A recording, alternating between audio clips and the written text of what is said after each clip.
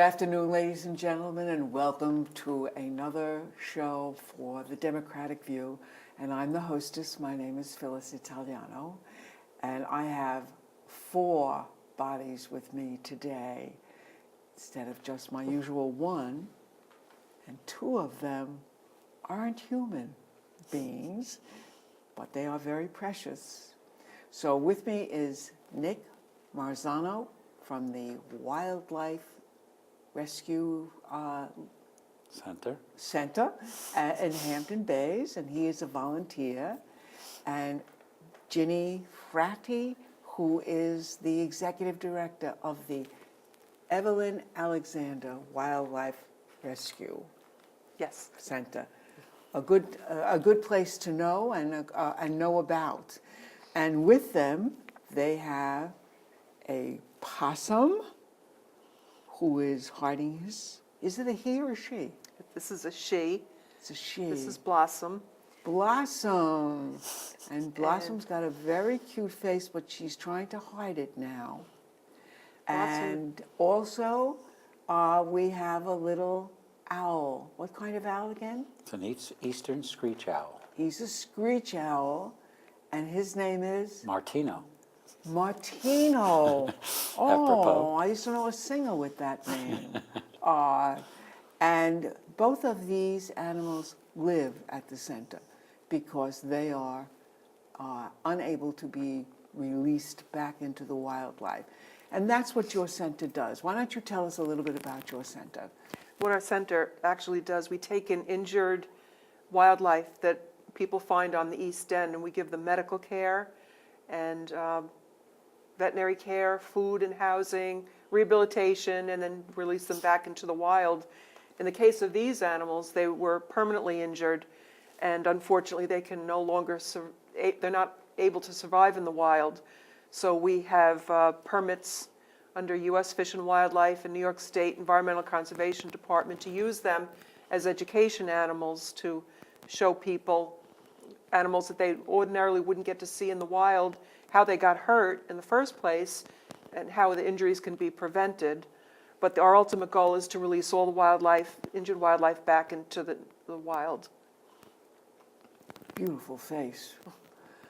And this guy was staring right at me with very big, so she has no tail. She has no tail, unfortunately. She was born along with about 8 other siblings. The mother was hit by a car, and they were in her pouch. The babies were in her pouch. So the whole family came to us, but during the accident, she had lost her tail. So we raised and released the other babies, but this one, she couldn't go because without her tail, she really can't survive in the wild. They depend on the tail for balance. They don't really hang from the tail, but they, or if they do, it's very briefly. They more use it to go from one branch to another. And they'd be, wildlife have to be 100% perfect and able to survive in the wild. It's a rough life out there. And so without something like a tail, she could be, prey to something. She wouldn't be able to get away from people, from other animals. Oh, gee. So that's her story. And what, Nick, is the story of Martino? Martino was hit by a truck. Screech owls have a tendency to fly down into the road because they eat not only mice, but they eat insects, and they love moths. And they have a tendency to fly into the moths in the headlights of cars. Oh. And they don't know anything about cars. And he flew down in front of a truck, which is where he got his name from. The truck that hit him was a Martin's truck, so we named him Martino. Appropriate. He came to us. Actually, the driver brought him in. The driver of the truck picked him up, put him in the car, and drove him to us. Made a call and found out where we were and brought him to us. Wow. He is not able to be released because he only has one wing. He's missing his right wing. Oh. It's a little easier to see this way. Yes, it's a little easier to see like that. I'm sorry, Martino. As you can see, he only has one wing. And he does just fine, though. We have a network of branches in his cage, and he goes up and down the branches, believe it or not, with one wing. But obviously, he can't be released. He wouldn't. He actually can't survive. He also has to come in the cold weather. Oh, really? Well, yes, he doesn't have coverage on the right side of his body. It'd be like having a heavy overcoat with one sleeve. But owls don't usually migrate. Whoever lives here lives here. Yeah, owls don't migrate. Yes. They're permanent. They stake their territory. It's about a 2.5-mile square territory, and that's their territory. So he lives with us. He has a really good life, though. I guess compared to the alternative. Yes, of course. Why the But he alternative? gets his little food every day, and he has a really nice cage. He actually has a cage that he can look out into the forest and the ponds at the county park where we are. So he comes in the winter when it's cold. So we really do tend to give them the best care, the very best care. That's wonderful, really. And behind your, I mean, I've been there. I should mention that my daughter works there, and I know that you have behind. I see there were a lot of places where you have animals that live there. I know you have this deer, who is also injured and can't be released. Her name is Jane Doe. Which I think is just a clever name. And so that you have quite a few animals that really have to stay because they can't be released. But your goal is really to fix up the animal, give it the care it needs, and get it back into the wilds. I was telling you all the story that when we first, in the early years when we first got out here in 2002, and then after we started to put around little fencing around gardens, and we started with that little very fine mesh, which I absolutely threw away because I had a little tufted titmouse that got caught. And we carefully cut around, got him out, put him down, but he couldn't fly. We saw that he was injured, and I put him in a box, and for the life of me, I don't remember exactly how I found out who and where you were, but I did find out and drove, from the Springs out to where you are, which is a good 45-minute drive, and in the summertime even worse, and said, take care of him, fix him up, and get him better. And I was saying to Ginny, I don't know how or whatever happened to him, and I've often wondered about him. I mean, you can't be involved even casually with an animal. I mean, if you have any human capacity, without wondering whatever happens to them. And I don't quite remember, we take in between 12 and 1,300 animals a year. We do have a computer. We keep them all on a computer, and I will check and see how your birdie did. Hopefully he did okay.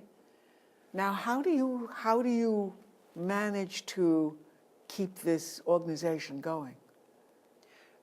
We have wonderful volunteers. Nick started our education program, and he's been spreading the word around with the animals in his presentations. We also do fundraisers. Of course, it always takes money to run the place, so we do several fundraisers throughout the year. And we have wonderful staff, like your daughter works with us, and we love her. Wonderful staff, and 25 volunteers come in once a week, and they help take care of the animals. So it's a lot of work, and it can be heartbreaking too. Most of the injuries that we see are the result of human activities, like you mentioned with the net that you mentioned, the little mist net, and of course it's unintentional. Hit by a car, Martino, and Blossom's mother hit by a car. So many of the injuries we see are due to human activities, so it's only right to give back, try and help them and get them back out in the wild where they can.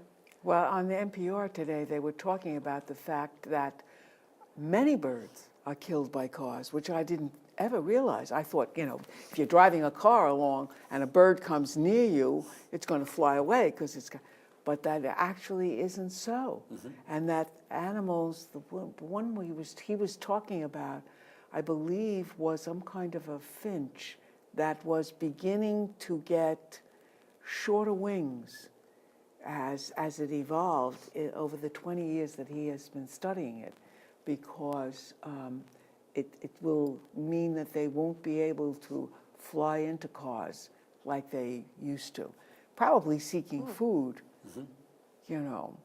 And I also have to ask you, which is always very interesting, who are you and how did you get involved in this?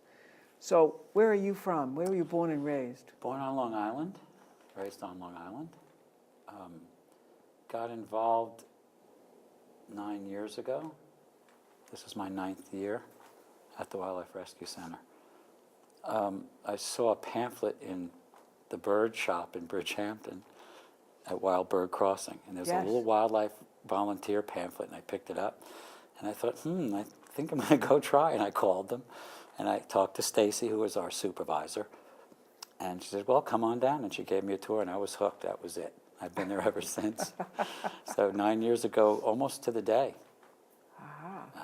Wouldn't trade it for a minute, and I can't imagine ever leaving. Well, you know, I always say anyway, the most important thing to do in your life is do work you love. Yeah. Because you got to do it all the time. So you might as well love it. Better be something you love. What's not to love? Oh my God, I can see. Oh, look at them. I mean, and you know, sometimes you see a possum in your headlights, and when they look at you, they don't look very beautiful. Right. But I see this animal now, and I say, no wonder my daughter's always talking about them. They are beautiful. Very misunderstood. What a sweet face. Very much. But we do have to say that these animals we train them to be used to people. Once we found out that they were non-releasable, you know, we spent a lot of time with them to get them used to being around people, and also they have to be used to being in an audience. Sometimes the programs that Nick goes on, there may be 100 people. So if this were a possum in the middle of the road, you know, you would never be able to walk up to it and just start petting them, of course. And, no, of course not. And people should know that too. They really need to take care if they do try and rescue an animal from the middle of the road. You know, gloves, a towel, gently pushing it off the road with a stick, you know, until they can get us to come and help. They're not usually this calm. A wild animal is always terrified of people. They don't know that we're trying to help. And part of what we do at the center when they're under rehabilitation is we supply cage furniture that they can hide behind. We'll put artificial plants inside so they can go behind the plants. We'll cover up the cages with towels so that they can't see us because they consider us predators and they're terrified of us.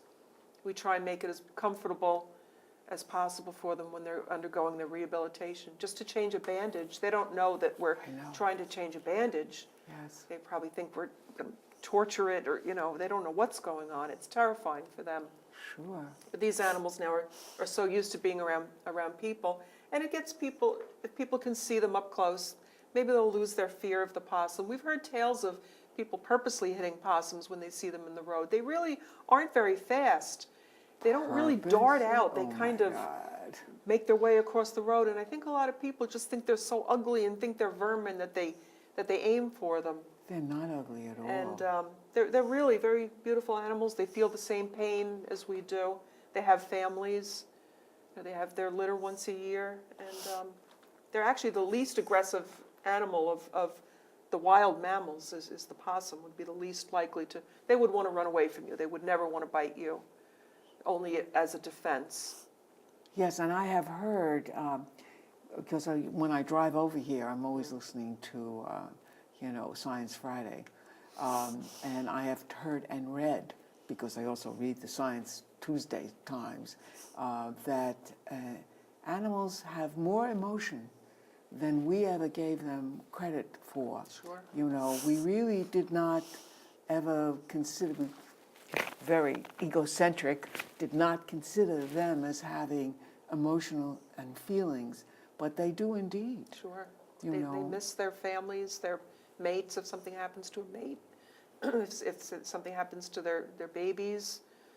We get lots of times in the summertime, people will pick up, baby raccoons, baby foxes, baby birds, thinking that they're orphaned, and they're not orphaned. And we tell them, please just put them back. It's an old wives' tale. If you touch them, the parents will reject them. Please just put them back, because the mother is very upset looking for them. And so whenever we can, we always get them back with their families if they're not injured. And you are the executive director of the center. Yes. And where were you born and raised? I was born on Long Island too, the middle part of Long Island, West Islip, and spent my childhood there. And I've always loved Long Island. I've always loved the nature and all the animals that share the world with us. I was born and raised in the Bronx, and my mother and father moved to Westchester County, Yonkers, Nice. when I went to college. And but my sister and I, we loved Long Island. We came to Fire Island for 35 years, Ooh, and nice. and then it came out here, and I adore Long Island. I wish to God I had come out here from when I was 10.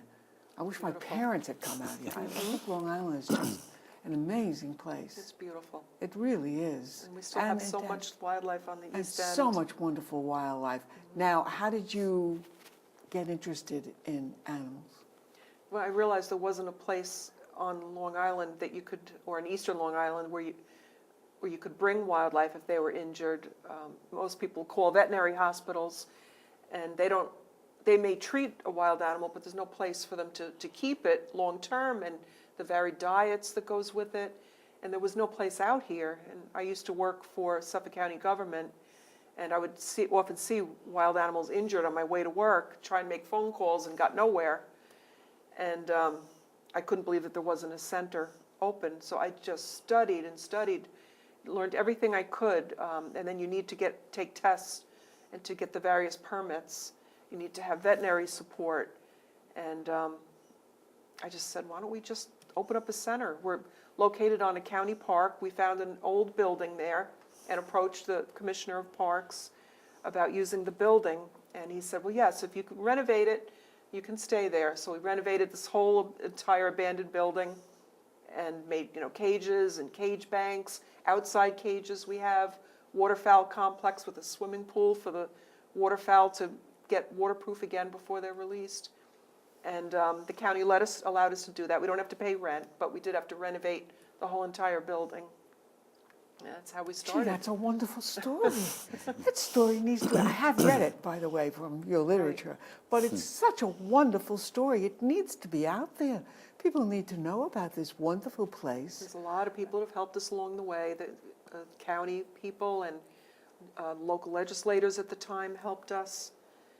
And we had to get a lot of public support. It was a big endeavor, but I'm glad we did it. We have a nice staff, a nice building, lovely Yes, volunteers. It is a nice building. It is, and it's in a beautiful location.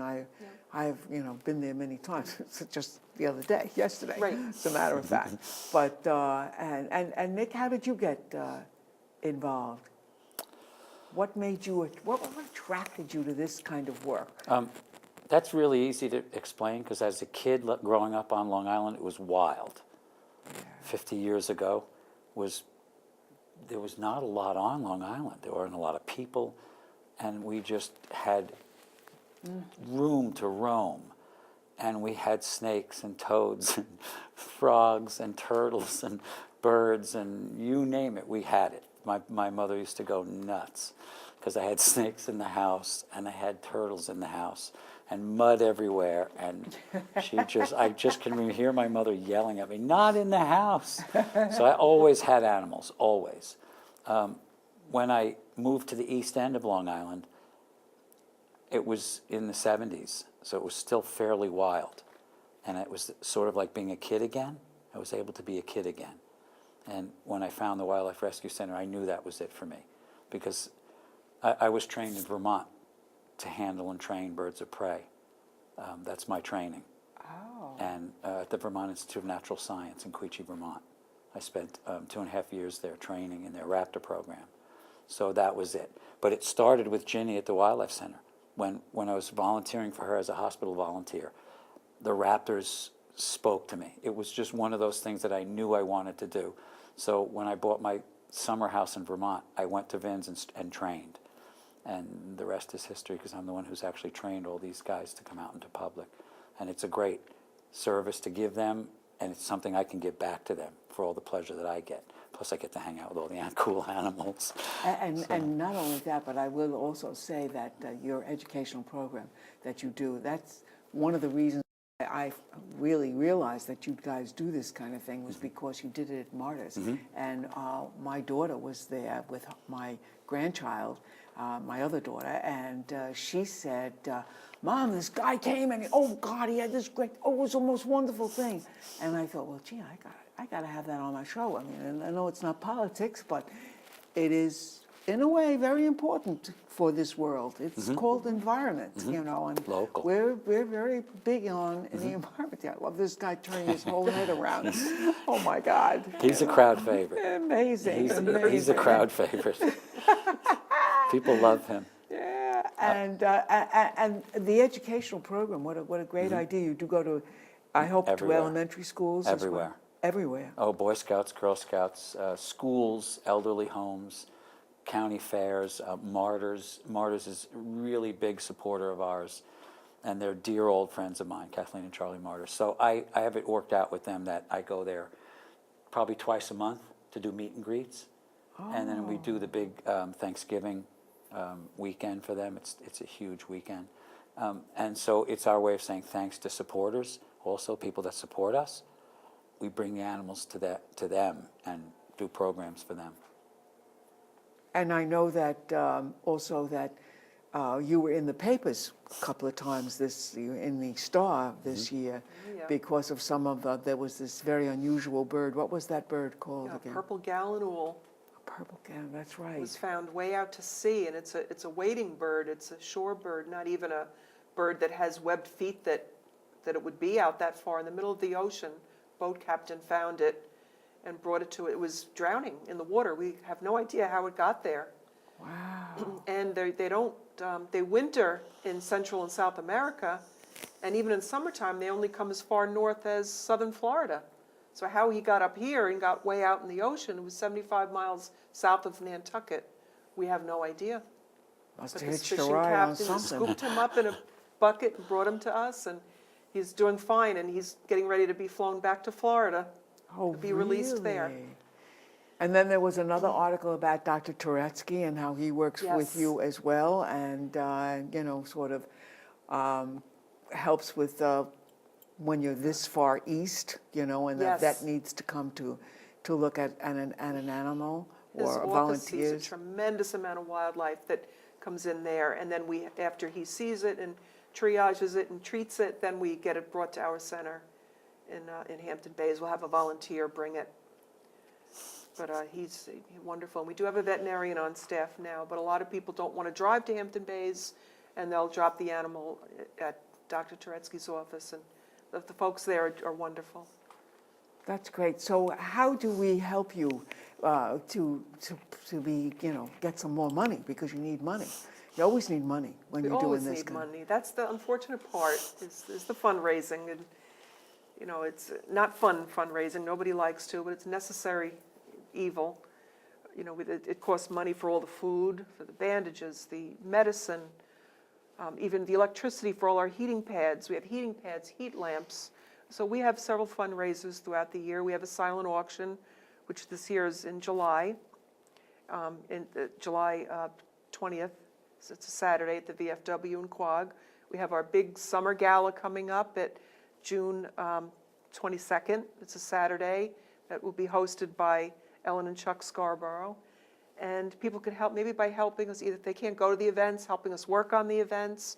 We have a fundraising committee, helping us get items for our silent auction. There's lots of things, you know, people could do.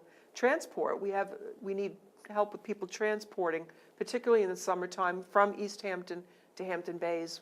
We need to transport almost every single day. So there's a lot that people could do to help us and to help the wildlife of the East End. Well, okay, I guess we have to start volunteering and doing these kinds of things, because I certainly want to see these gorgeous people, animals, taken care of, and they are, really. You must get quite a reaction when you bring them into schools, especially being an elementary school person. I can imagine yeah. what the children must do. They must be out of Yeah. their minds with... Yeah, it's quite a great show, because we have these two. I have a great horned owl who's very big, the biggest owl on Long Island, second biggest owl in America. And I have a red-tailed hawk, biggest hawk in America. I have a baby corn snake, and we have a blind cardinal. And we actually have a woodchuck, which I'm hoping he's recovering really nice, so we're hoping to have him to go in public at some point. So animals that can't be released. Again, we provide them a house, and we hopefully train them enough to go into public. And yes, I get some pretty great reactions. I can imagine. I never get enough, because I always think these are our ambassadors to show the public what we do. This is our link to the public. Yes. To show people this is what we do, this is our passion, this is what our work is, and then I get to take them out. So I'm privileged to get to take these animals out into the public. I have the greatest job in the world. I always thought I did. Well, you do. For you. Well, I was with children, so I love children, and but I love animals too. I mean, obviously, it's very important for people to have compassion for and understanding about that animals have their rights. There's a whole bunch of stuff going on about deer, Sure is. It's too bad, because I look a deer in the eyes, and I say eat it. Who cares? I'll get another one. Right. You're hungry, and I want you to live. Right. And I want these guys to live, and I thank you for the work that you do for all of us out here in the East End, and we got to help you to get more money and more volunteers to help with this work, because it's very, very important. Look at this. And we thank you for what you do, too. Yeah, thank you for having us on. Oh, my pleasure, my pleasure. I Martina. haven't touched her yet, but I would like to. You can. Sure. Him you can't, but she you can. No, him I know. He might bite you. Don't worry, I understand. I just like watching his head go around in 90 degrees there, and it's fabulous. Well, thank you very much for coming. Thank you for Thank having you. us. Really appreciated it a great deal, and good luck. Thank you. Thank you.